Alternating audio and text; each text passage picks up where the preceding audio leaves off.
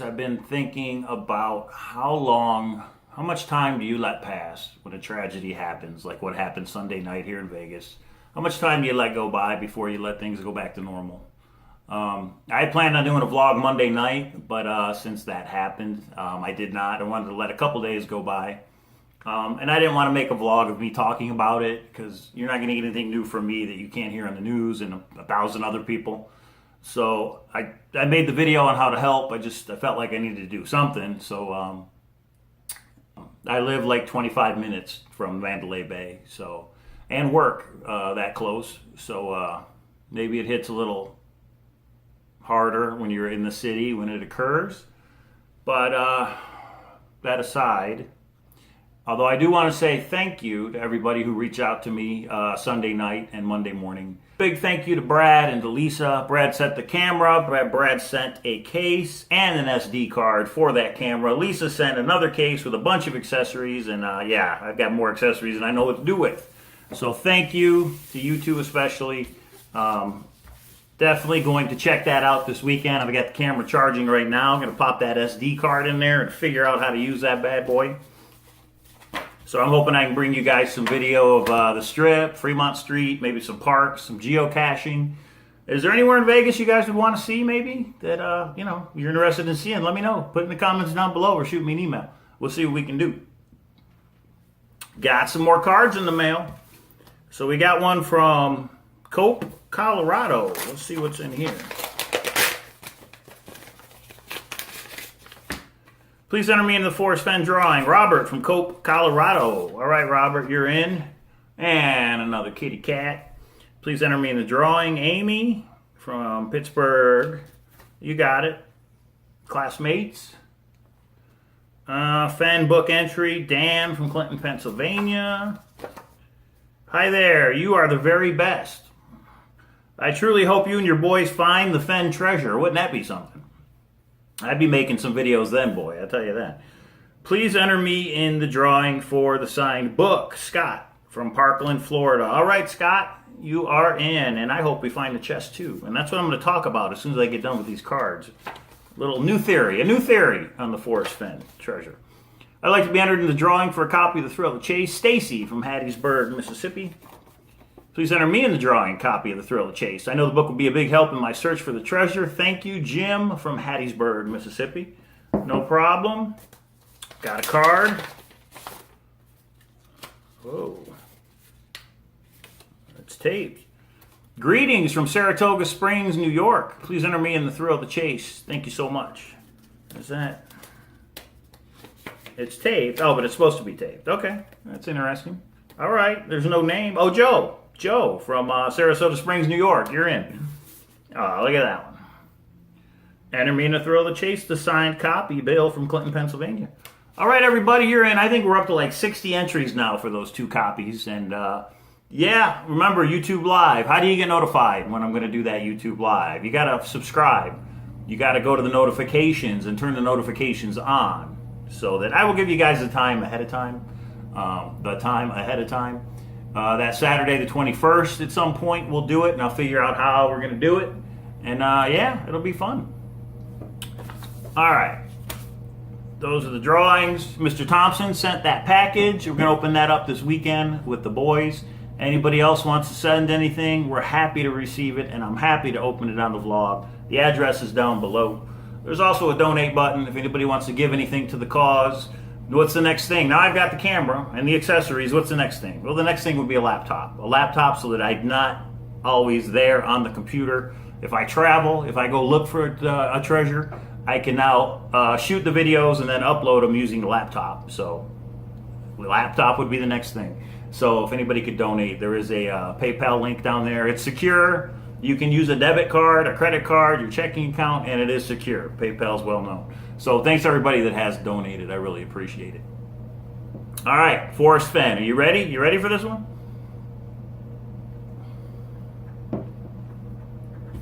Let's step back a moment, shall we? And talk about Forrest Fenn. What do we know about the man? Forrest Fenn's a little bit of a hustler, right? A little bit of a hustler. He starts open that gallery, and he's buying things, and he sells them, makes a profit, and he's a little bit of a imagination's more important than knowledge, and you only have to be right 85% of the time. You know, he's kind of the maverick, right? Did he call himself that, or did somebody else call him that? I think he called himself that in the Thrill of the Chase book. Or maybe he called whoever finds the treasure a maverick, but he's a maverick. He's kind of the coyote. In Indian lore, the coyote is like a trickster, like the Sly Fox type character, right? So we know, let's go to the poem now. Keep that in mind about Forrest Fenn. A little bit of a hustler, a little bit of a little P.T. Barnum showmanship guy, right? A little bit, I think that fits. So now let's go to the poem. He always knew the location where he put the chest, right? He always knew the location. Now he's got to craft the poem. Took him 15 years to write it, and he's got to come up with these clues. He already knows where the location is. He's got to come up with the clues so that we can find it. And he's got to make it hard, very hard, but not impossible. So,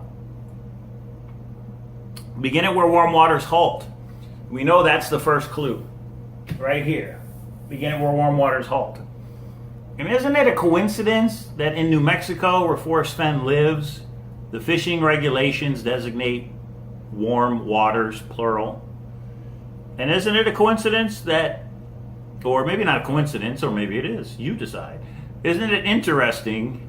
Maybe I should have a shirt that says, "Is interesting." Seems like I say that a lot. Isn't it interesting that Forrest Fenn is a fly fisherman? He's been fishing his whole life. He was a fishing guide as a teenager. And his book is about fishing, right? He's got a lot of fly fishing in The Thrill of the Chase. So here's the big possibility, and let me know what you guys think. What if when Forrest Fenn designed these clues to find the treasure chest, he purposely made the first clue where warm waters halt, so that people would automatically go to the New Mexico fishing regulations? I've always thought where warm waters halt did have something to do with the New Mexico fishing regulations, because it makes sense. But what if he had that in his mind when he created it? It's a double fake. He did it on purpose so people would be thrown off of the real location where warm waters halt. Has anybody ever thought of that? You know, he says it may not be found for 1,000 years. Well, if everybody keys in on the New Mexico fishing regulations, which a lot of us have, wouldn't it have been found, maybe? Or, you know, out of the 200,000 people that are searching, only a few have found the first two clues. The first clue being where warm waters halt. And haven't a lot more than just a couple people thought of the New Mexico warm waters fishing regulations? So Fenn, the trickster, the fox, the coyote, the P.T. Barnum of the art gallery world, maybe. And that's not saying anything bad about Forrest Fenn. It's just how he had to hustle to make money for his family. I got no problem with that. The guy hit a chest full of $1 million worth of gold and jewels. He's okay with me. But could he have made the first clue of the poem, where warm waters halt, knowing that people would look at New Mexico, the fishing regulations, and that is not where warm waters halt? So for me, it opens up now the whole search area. We got to go all the way back up here. I've always been focusing on New Mexico. And in the very beginning, if you don't know, Forrest Fenn used to say, somewhere in the mountains north of Santa Fe. And most people took that to mean, well, what's north of Santa Fe? If you look at Santa Fe on the map and then you go up, it's Taos, right? It's Wheeler Peak, it's Chaco Canyon, it's all those little places in New Mexico. Just north of Santa Fe is right there. But what if he said that on purpose? Because it really is all the way up in Yellowstone, or it is all the way up in Montana, Wyoming. And this whole thing was designed to throw people off in the very beginning, and even now, to throw people off so that it would not be found for 900 years, 1,000 years. I think he even said 10,000 years at one point. What if where warm waters halt is the first clue because he wanted people to look in New Mexico and it's not in New Mexico? What do you guys think of the idea? It's kind of blowing my mind. You know, he said that in the poem he says there's no misdirection in the poem, and that would be true. Where warm waters halt is an actual starting location that we need to find on a map. But what if he had the New Mexico fishing regulations in mind? I know I've said it like 4 times now. Am I making my point clear? Do you guys understand what I mean? What if this whole thing was designed to throw people off from the beginning? Nothing he said is false. If he says the treasure chest is in the mountains north of Santa Fe, that does go all the way up. The Rocky Mountains, the mountains go all the way up, to the border of Canada, right? So he's not lying. But maybe he designed it in such a way to make you look in the wrong spot. So Forrest Fenn says what? I'm going to start going back through the thrill of the chase. I'm going to time it with the giveaway of the books. So when the people get the books in the mail, hopefully it's people who have never read the book or had a copy of the book. That's who I hope wins the drawing. We can start going through it chapter by chapter, and there's got to be a clue or a hint. I'm sorry, not a clue. The clues are in the poem, but there's got to be a hint to where warm waters halt. Let's look for them. And now that I've got a fresh perspective that it might possibly not be in New Mexico, purposely he used a clue that points to New Mexico. That comprehensive knowledge of geography we got to keep in mind, right?